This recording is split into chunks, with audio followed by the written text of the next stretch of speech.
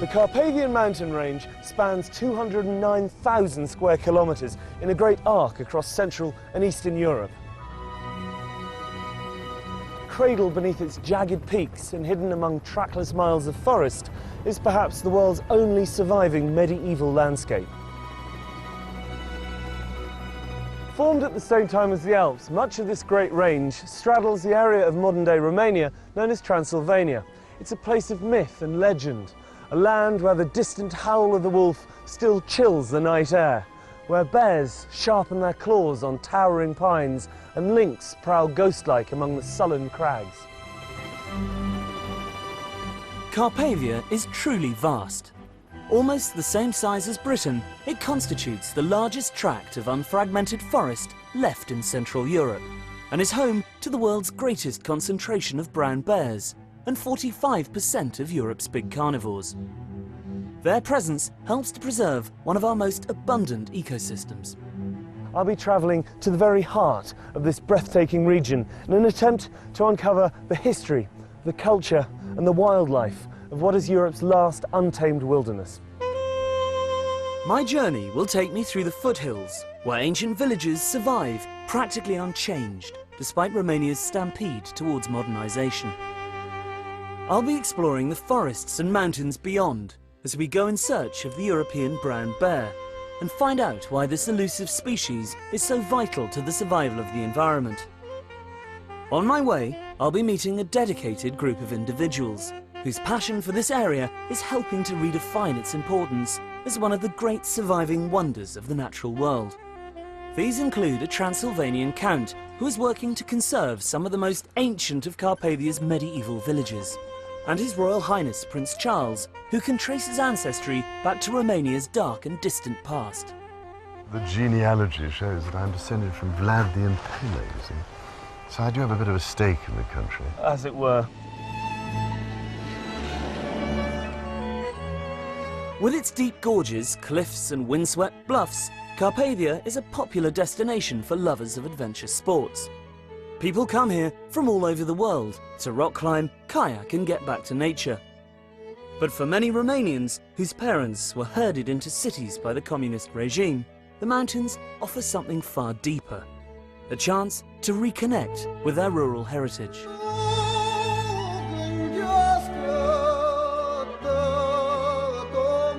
To get a feel for the geography of this unique mountain range, I joined Mihai Constantinescu, leader of the local Alpine Association, his wife Mihaela and their friend Nicoleta Carpinianu for a two-day trek through the Apuseni region. Yeah, finally. Thank you. Yeah, these roads are a bit labyrinthine. You must get used with this. Hi. Nicoleta. Hi. So where exactly are we going? They will going to have around 15 kilometers. Yeah. We'll set the tent tonight, and tomorrow we'll do the rest of the trip, and finally we'll reach the daffodil fields. That is very spectacular, and we have to be there because now they are fully bloomed. Their very best. Yes. You see, that's the traditional way of harvesting the woods. Yeah. They are using horses for that, to carry the woods. Yeah. And this would be This is wood for will the be firewood, used, isn't yes, it? yes, For the oven. exactly. Yeah. Will be used for fire. As you head up into the hills, the terrain rapidly grows wilder and the forest closes in around you. This is a world so ancient and unspoilt that our presence feels as ephemeral as the footprints we leave behind us. All my life, I've dreamt about visiting the Transylvanian wilds, but where Bram Stoker describes a sinister and haunted landscape, instead you find yourself in a world more redolent of Tolkien. This is actually the longest cave in Trascou Mountains. It has more than 2 kilometers of caves and galleries. So this great chasm is a system that goes right back through the mountain. Yes, it's going through the mountain. You can actually go and get out on the other side. You can see the place where the water goes in, and it pops up here. This tributary, though, is part of the Ariash river system. Yes, exactly. And the gorge that we're about to walk to Yeah. is the next door valley, I presume. Yes, it's a parallel valley to this. It's like several hours of walking. Well, lead on. Okay.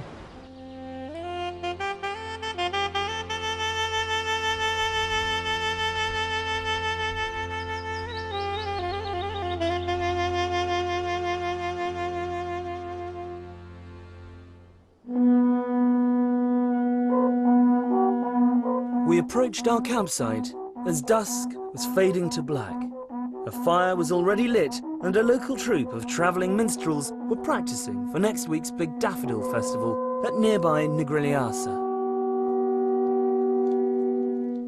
This is a traditional pursuit for Romanians at weekends in this area. They come camping. It's one of the big things you do here. That's right. I think we're very lucky we got such beautiful countryside here, and most people appreciate that, so they come here weekends, also summer holidays.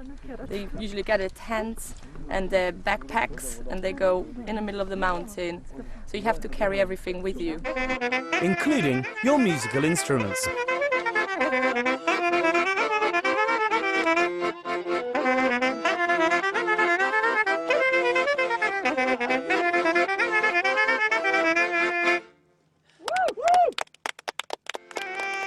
The festivities continued late, a single small island of light and warmth in a vast ocean of night, the only other illumination being a pale, vociferous moon.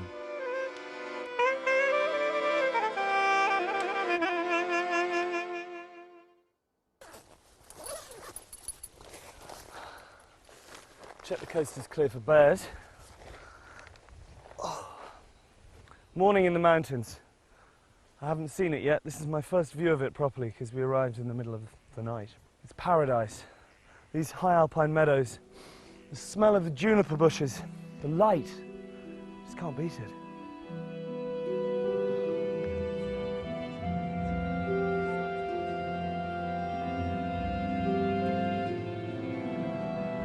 After a long morning's walk, we reached the wild daffodil pastures of the Apasan Hills. And although the festival was due to be held the following week, the ground was already a carpet of white.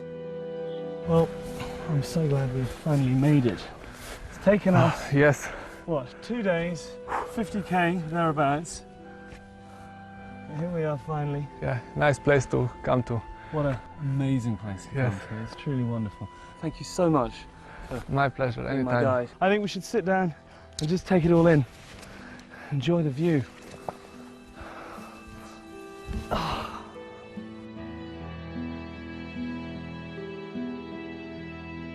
These stunning meadows of daffodils are just one of Carpathia's many floral spectacles, as I discovered when I caught up with head of World Wildlife Romania, Erica Stanciu, at a local food and crafts festival in Nucșoara.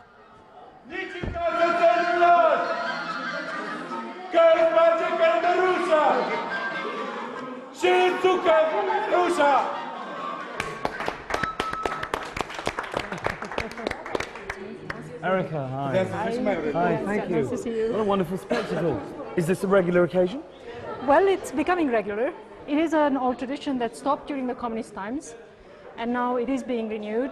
And the local people, including children, are very, very happy to do this and very Absolutely. proud. And these are all the local crafts, are they? Yes, these are all local people coming together to have fun and do some work as well. So this is a traditional social event, if you like, a social It's a social club. Exactly. Why are the Carpathians so important, so unique? Well, because we still have large areas of wilderness, which means very well balanced ecosystems with the whole array of habitats and species that were naturally here and still naturally are here with the natural processes still happening. Because this is really unchanged from the way it was 1,000 years ago. Yes, there are large areas, large core areas I would call them, which are still in their natural form. These large wilderness areas are linked with corridors, and this means that animals have space And they to can move freely. They can move freely. Why is that so important? It's vital. It is vital, especially for some of the species like the large carnivores that need large spaces to survive. Presumably you get inbreeding. Otherwise there will be inbreeding, otherwise the whole population will be disappearing, if you like, Right. because they need space to live. These are large animals that need large areas to feed on, and it's crucial for them to have these corridors between the wilderness areas. So you have a lot of cuckoos around here.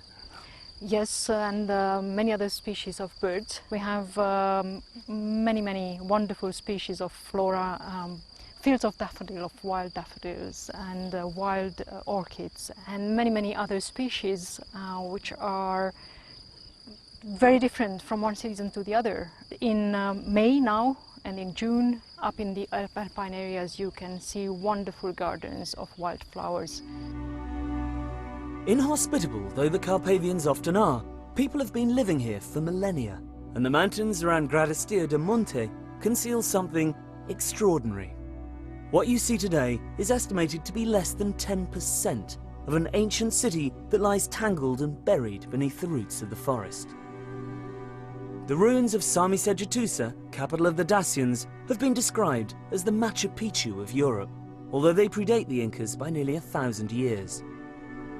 Around 200 AD, it was the cultural, religious and military heart of a civilization that stretched from Slovakia all the way to the Black Sea. But this is an area that's proved almost impossible to conquer for any length of time. The Romans were forced to pull out due to the high cost of policing such wild terrain. Then came the Huns, the Avars, the Slavs and the Bulgars, the Magyars, and most enduring of all, the Saxons. Travelling northeast towards Brasov and the foothills, you reach a region where the German language is still widely spoken, and many of the people are descended from immigrants who came here in the 12th century. Or at least that was the case up until the early 1990s.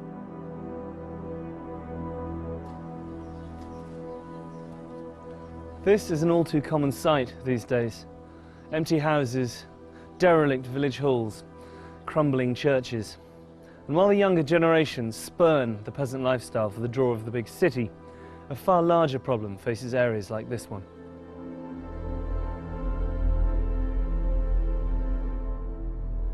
Following the revolution and the fall of Ceausescu, the German government gave its Saxon cousins the opportunity to return to their homeland. Faced with the choice between continued hardship, poverty and political instability, or the chance of a new life in the West, many families literally upped sticks, leaving everything behind them. Fortunately, not all of these depleted settlements have been abandoned. Aside from a growing Romani population who have moved in to take advantage of the free housing, there is still a stalwart Saxon contingent who have stayed on and are attempting to inject new life into what is a vital part of Romania's cultural identity. The village of Viscri is one of the lucky ones, where members of the community have banded together to preserve their architecture and traditions.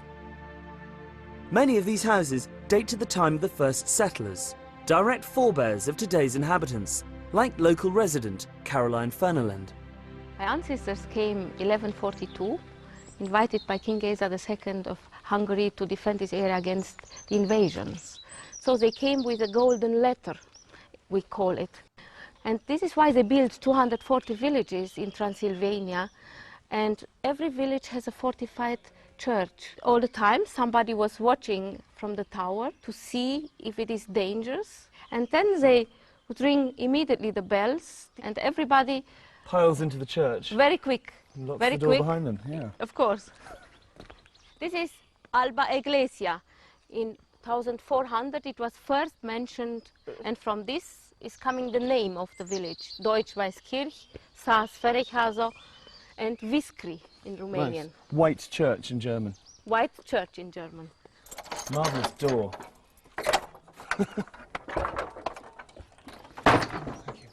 It is a very simple church, and our daughter, she finds some rules from 1640, how the community was organized and what they have been allowed to do and what not. For example, if somebody during the service was snoring and your second neighbor would hear you, you have to pay a fine. So it's okay if you fall asleep, but you must do so very quietly. Very quietly, yes. And presumably there was a pecking order in terms of where people sat in the church. Yes, this we are respecting also today, even if we are 8, 9 people. For example, the young ladies, they sit in the back, and when you get older, you move more in the front. After 80-year-old, you have to sit here close to the angel of death. This is the last station alive. It is preparing you For the afterlife. for the afterlife. How extraordinary. That shows a very healthy business-like attitude to mortality, really. Look at this. It is unbelievable. It's just so big, you can see it. I mean, all the tiles, all the beams, all the way up the structure inside the tower.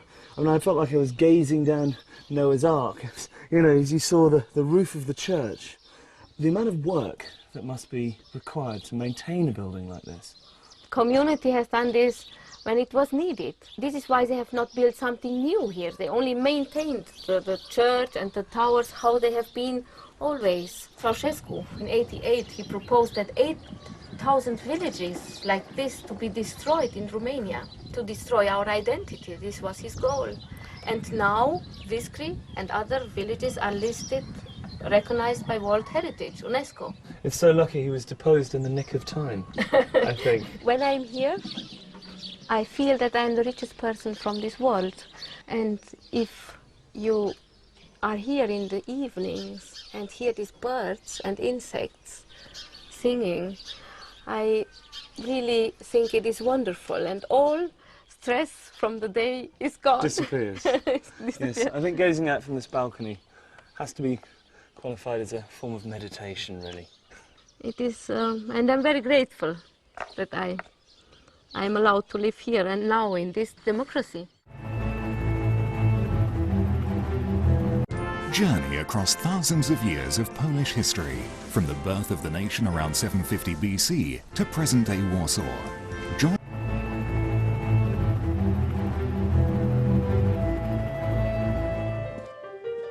While the 21st century is starting to make its presence felt here, for the Saxon contingent, daily life is still remarkably unchanged.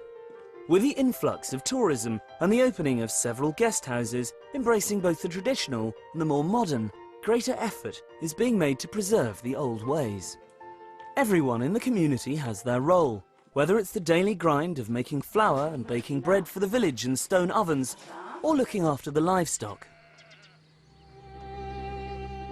When you live this close to the Carpathians, one of the more full-time jobs is tending the sheep.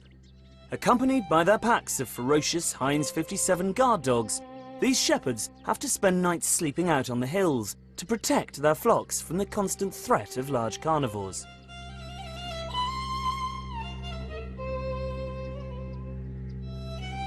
Am avut. Deci acum ce să spun eu asta? Cum atacă lup? They had problems usually, the wolves are attacking. Lupul te atacă, te pândește. Șade drept o grămadă cu mărăcini undeva, vine, te vede că ai trecut încolo și s-a sărit pe oaie. Does he ever get scared? Because presumably if he catches a wolf attacking a sheep, he's got to go out there and try and bash it over the head with his shepherd's crook. Nu mi-e teamă, dar el e fioros. În momentul când în momentul dacă l-a pus de-l vezi tu înainte și nu te vede el, e bine. Dacă te vede el și l-ai văzut tu, răgușești. Nu mai poți răi, gata. Would he rather there were no wolves, or is 1 or 2 sheep a year an acceptable loss to have large carnivores living in Romania? Deci să nu ai pierdere, pagubă. Dar să fie urși lupi. Poți să fie urși lupi, dar să nu ai pagubă. Every day, Stelika and his colleagues drive their flock for miles across the open pasture. And most exhausting of all, as I found out, they also need to milk each sheep by hand, twice.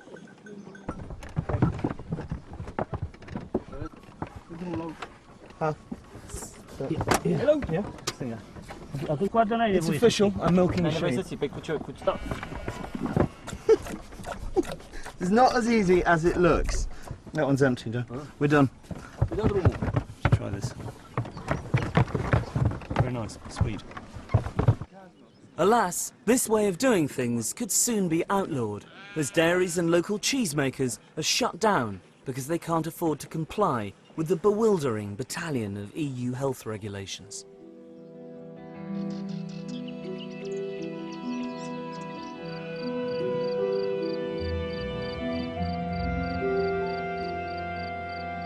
One organisation that is striving to prevent this from happening is Drept, a charity that maintains local methods of farming and living off the land are essential for the survival of a rich and varied ecosystem. I caught up with British-based founder Nat Page. We're now in a typical damp lowland hay meadow, which is probably the most threatened kind of habitat in the whole of Europe today. They existed around villages in Western Europe and Eastern Europe, and really they've only survived in Eastern Europe. Here, just in this square metre where we're standing, in the beginning of June, there will be 60 different flower species in every square metre. The diversity of the flowers is just absolutely unbelievable. And that's because this has never been fertilised and it's never been sprayed. And this kind of landscape is of fantastic European importance. You say it's under threat. In what way?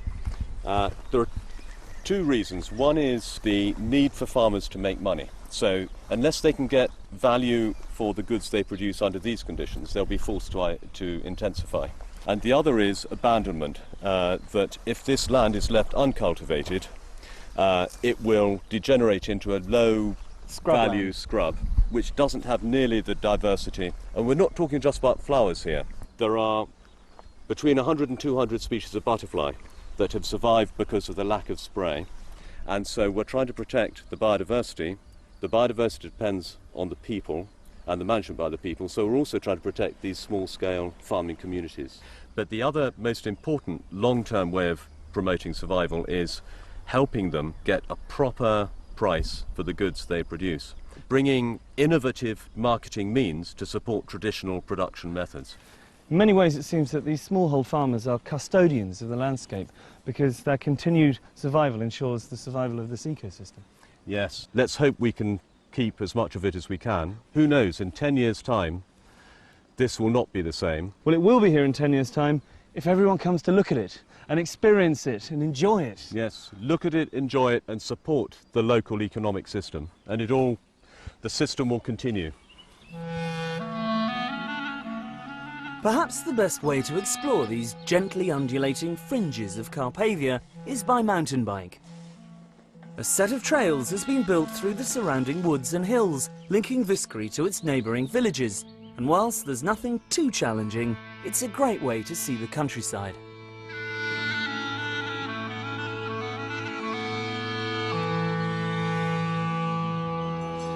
I arrived back to the village at dusk, in time to witness one of the most iconic spectacles of rural Transylvanian life. Early each morning, the cattle, individually owned by members of the village, take themselves out to pasture. In the evening, they unerringly manage to find their way back again. For anybody who thinks cows aren't intelligent, have a look at this. They know exactly where they're going, they don't need to be told, they just peel off into their respective homes.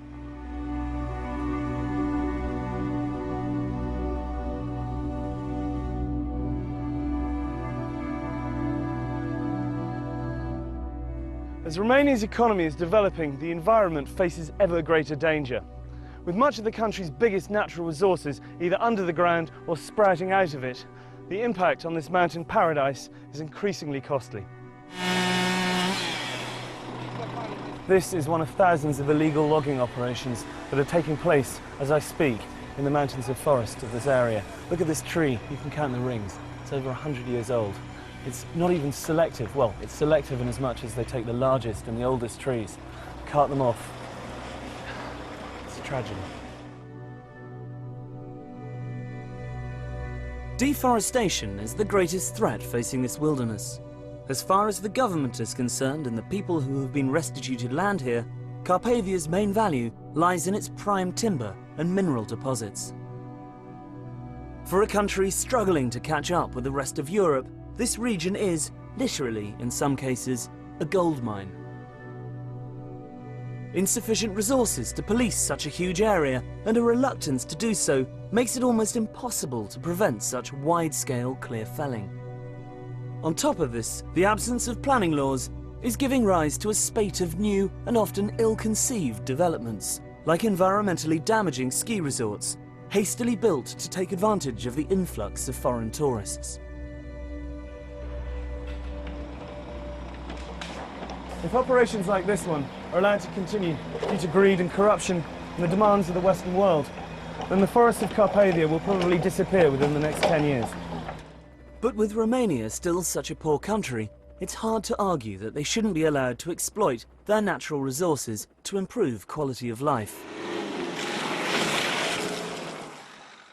I've come to the frontier of the forest near Zarand with friend and environmental activist Radu Mott to visit one of the last people whose existence remains untouched by the wheels of progress.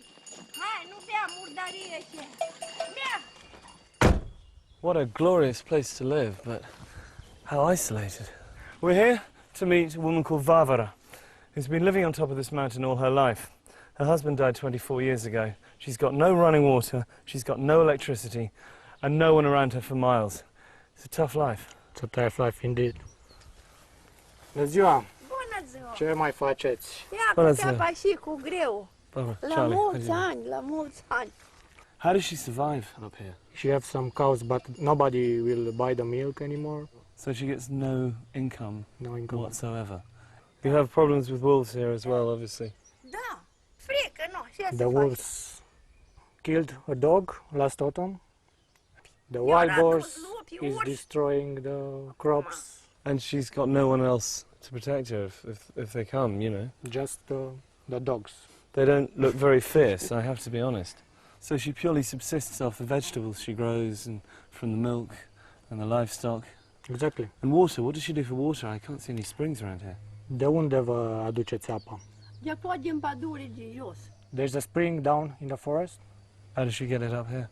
Am mai dus cu vadra, dar nu mai pot, numai cu sticlele duc. She's carrying plastic bottles full of water because she cannot carry the buckets anymore. Well, there are 2 buckets there. Why don't we go and fill them up for her? Cu astea cărați apa. Da. Vă ajutăm noi să le... Ok, let's do it. Dacă vrea. Okay, back in a minute. I'm not surprised she's scared of coming down to get water in the woods when she's had a dog being killed outside her very door, you know. The wolves attacking one of her dogs while she was probably in the house.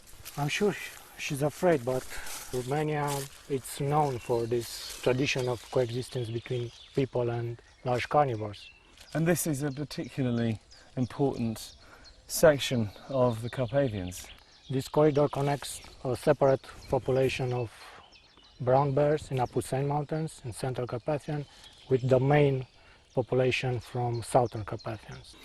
Large carnivores can exist in Europe without acceptance of local people. There is motorway planning to be built further south that will completely block. Well, they're not going to be able to get across, so... Exactly, without effective mitigation solution. It cuts that migratory route straight in half. Exactly, it will be a total barrier for wildlife. Well, here's the spring. I see what she means. It's a long way to come, isn't it? Yes, it is. Especially if you need a glass of water in the middle of the night and you hear the howling of the wolves outside. I presume that this is scooping out the water. Yeah. All right.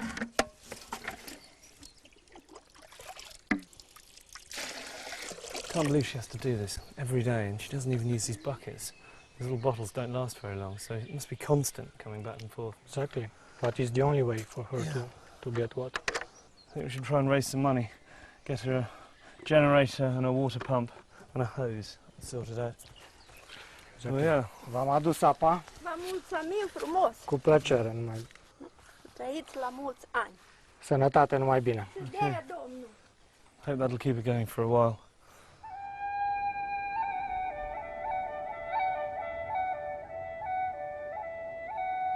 It is remarkable that so much of Romania's natural forest survived communism, a fact that can be partly ascribed to what has ironically become a right-wing pursuit: hunting.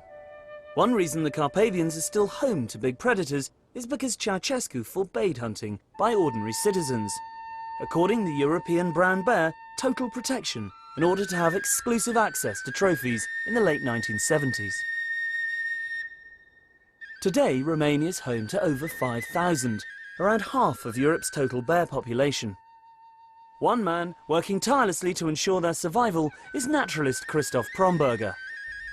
I joined him on one of his regular trips to monitor bear numbers in the forests north of Brașov. The wilderness really needs the large carnivores because they keep the whole system in balance. They keep the ungulates under a certain threshold, so the forest can regrow, and when the forest can regrow, all the other species, the birds can live and so on. So the large carnivores are really important to keep everything alive. By ungulates, you mean herbivores? You mean the deer? Red deer, the roe deer, to some degree, wild boar, the chamois in the higher elevations. For example, if you don't have wolves, then the chamois will go down in the forest, and then in winter, and then they can eat a lot of the young trees. But if the wolves are there, the chamois, they stay high up, and then they don't damage the forest. They protect the trees, they protect the forest from being overgrazed. Exactly. The wolves and the bears and the lynx, they're on top of the food chain. So they control everything which is under them. When they control the ungulates, like the deer controls something below them, and so on. The whole chain keeps going. But if the wolves and the bears and the lynx are gone, then everything gets out of balance. I can't believe how many lorries there are. This is such a common sight on these sort of roads. You just see one every 2 or 3 minutes, it seems to me. It's terrible, yes. I mean, they're taking so much more out than they should, or that they could take out. It's absolutely not sustainable. Why is it so important to preserve these forests? I mean, Romania is a poor country, and wood is one of its greatest resources. Well, that's true. We don't need the wilderness, but we don't need St. Paul's Cathedral, we don't need football, we don't need any of these things, but still we want to have them. And we are just one out of hundreds and thousands and millions of species, and they all have the same right to exist, and they need this wilderness. So we cannot just come and say we destroy it all. We can't do that.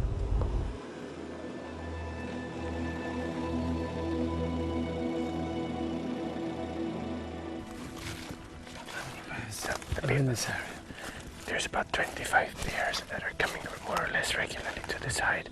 The height is just around there, about 150 meters from here. We gotta be very quiet now. They're the same family as the American grizzly, aren't they? Yes, they're actually the same species. They're just a different subspecies. Okay. Yeah. We might look out, there might be already tracks. Yeah, that you find tracks on the ground. They don't really attack people very often. No, don't worry, don't worry. No, I know. I'm with you, I protect you.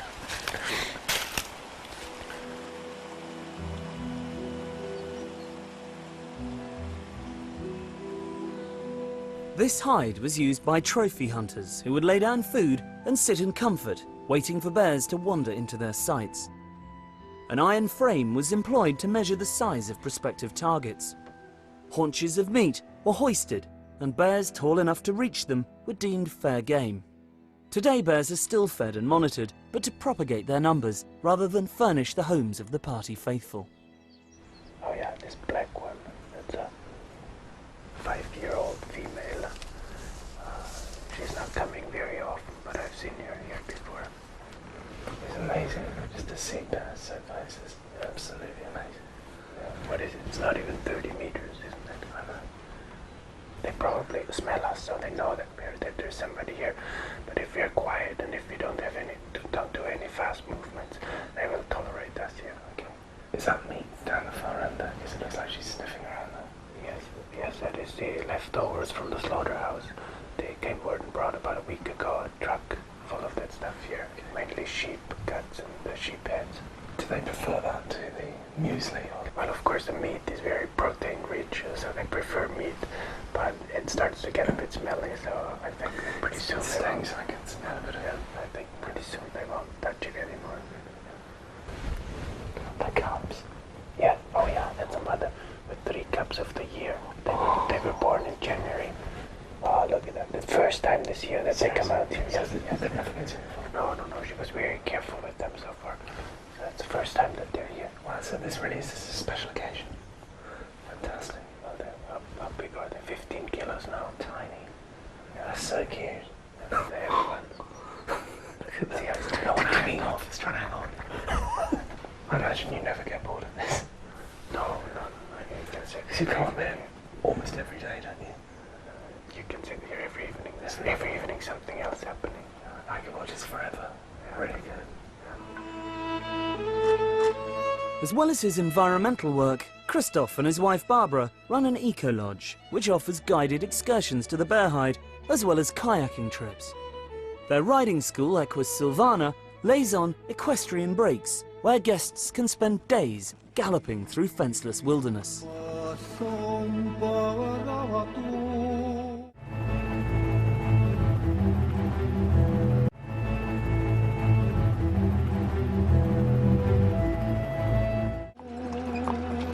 Miklișoara, in the Hungarian-speaking area of Carpathia, is a small village near Barault. I've come here to meet Transylvanian Count Tibor Kalnoky, who is transforming the local community by converting disused homes into traditional guest houses and offering visitors the chance to step back in time. Tibor, hi. Welcome, Charlie. Good to see you. This is the most impressive hunting lodge. Yes, it's 500 years old and it's been abandoned for the last 50 or 60 years. And we're now starting slowly, one step after the other, to restore it. There must be a huge amount involved in restoring a place of this size. Yes, first a lot of research to see how it has been before, and then the techniques, the old techniques, have to be used. So it's quite a big job. So you're doing everything in the traditional way? By hand. By hand. How many buildings have you got in the village? In this village there are 6 houses with barns and all the other buildings around it, and then the manor with its domain. So it's if we take the buildings themselves, it's something like a dozen of So you're buildings. creating quite a space for people to come and stay and experience the village life. I know this is just open pasture, but it does feel like we're in some great park. Yes, these wonderful trees, which are hundreds of years old, have been giving shade to the cattle, and that's why they're here. They're here, and they're mostly oak, it seems to me. Mostly oak, and some of them are over 500 years old. Tell me the history of your village. I mean, your family have been associated with this area for nearly 1,000 years, haven't they? Well, the village itself is the oldest of the whole region, of the Sekla land, as we call our region, which is populated by the Seklas.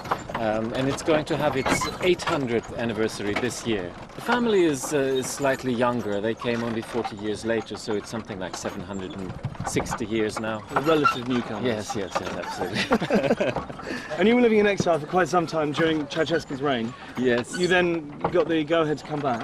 Exactly. How was So that? I was raised mainly in France because my grandfather had already to leave just before the Second World War, actually, as an anti-fascist. Poor man, he was anti-fascist and anti-communist and was born in 1900, so he had a difficult life. He was ahead of his time. Yes. I came back in the 90s and started to sue the state for illegal expropriation, and I won some of the cases, but we don't have enough land to make a living from. So we decided to live from tourism, because it's the ideal way also to support the villagers themselves.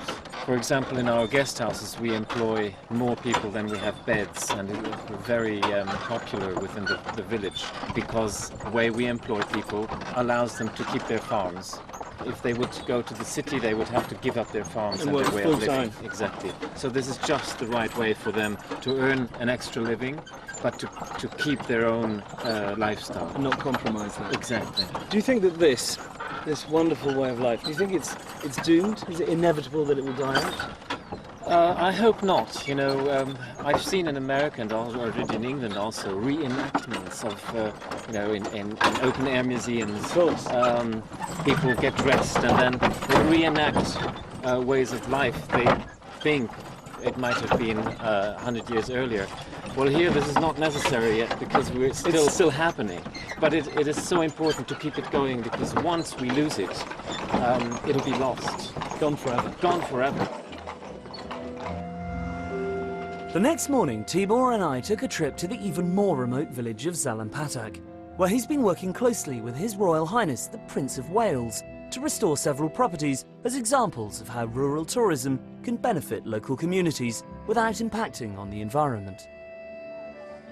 One thing about Romania that I always find surprising is you drive down these roads in the middle of nowhere and you come to these little pockets of civilization. And then you have something like this. And you have something like this at the end of it. Have a look at the main house. We have 3 rooms here. Been quite some painstaking work restoring all this furniture.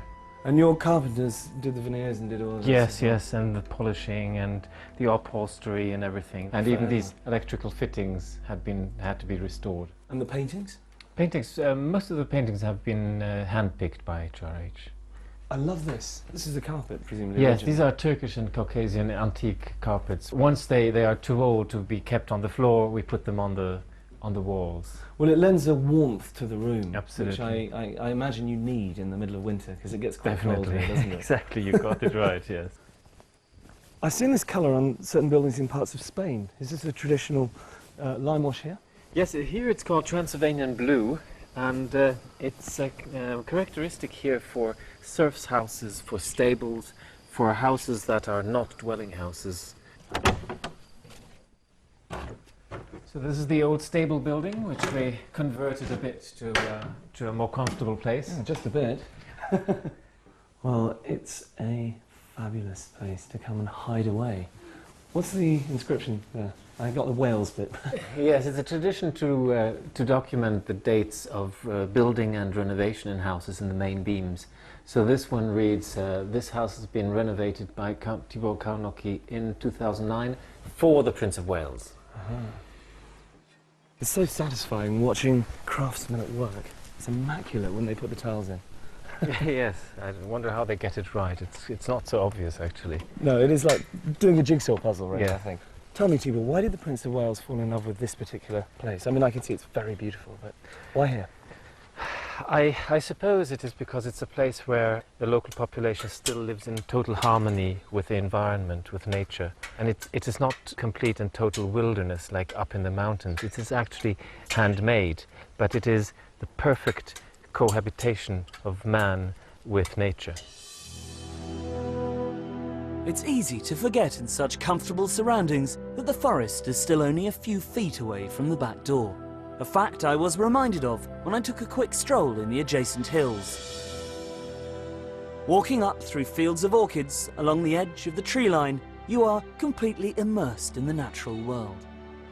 I never dreamt that I would actually see bears in the wild outside of Bearhide, but here was a sight I'd been hoping for all along. Proof that man has yet to ruin this pristine and innocent landscape. This is incredible. I can't believe my luck. Look. This is why the Carpathian forests, mountains and villages need to be preserved in all their untamed glory. Not just for the benefit of future generations, but to ensure the survival of Europe's most endangered carnivores.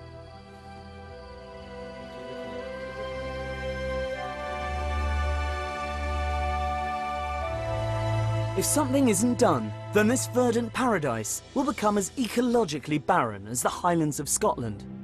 Once covered by magnificent forests of oak, beech and pine, now bare with new saplings grazed into submission by a wildly inflated deer population.